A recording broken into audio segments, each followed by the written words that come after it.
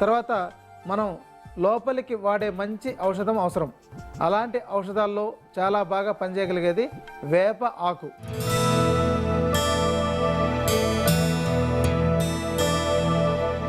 బాగా తాజాగా పెరిగిన ఆకుని, లేతగా ఉండే వాటిని తీసుకొని, ఇంకా దీంతో మట్టి కానీ చెత్త కానీ లేకుండా ఉండేట్టు చూసుకొని, ఎందుకంటే రోడ్ల మీద ఉండే మొక్కల్లో దుమ్ము ధూళి ఇవన్నీ బాగా నిండిపోయి ఉంటాయి.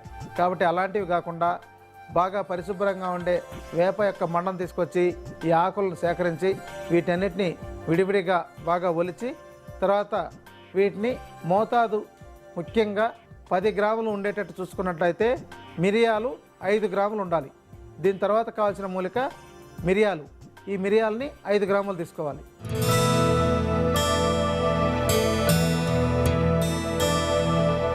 మిరియాలను తీసుకునేటప్పుడు తప్పనిసరిగా ఒక జాగ్రత్త వహించండి. మిరియాల్లో చాలా వరకు పాడైపోయిండేవి, పుచ్చులు లాంటివి, జల్లులాగా ఉండేవి ఎక్కువగా ఉంటాయి. కాబట్టి తప్పనిసరిగా మిరియాలని చిలికిన మజ్జిగలోకి వేసి నానబెట్టి పైన వచ్చేసినవన్నింటినీ తీసివేసి కింద పేరుకున్న వాటిని మాత్రమే తీసుకోవాలి.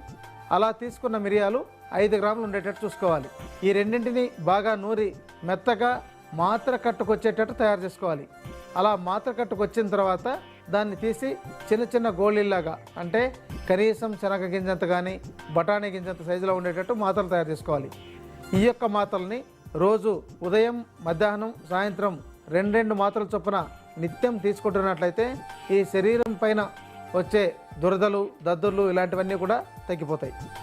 దురదల సమస్య నివారణకు ఆయుర్వేద ఔషధం ఏ విధంగా తయారు చేసుకోవాలో మరొక్కసారి చూద్దాం. స్వచ్ఛమైన కొబ్బరి నూనె 100 మిల్లీలీటర్లు, పచ్చ కర్పూరం 25 గ్రాములు తీసుకొని కొబ్బరి నూనెలో పచ్చ కర్పూరం వేసి ఎండలో పెట్టాలి.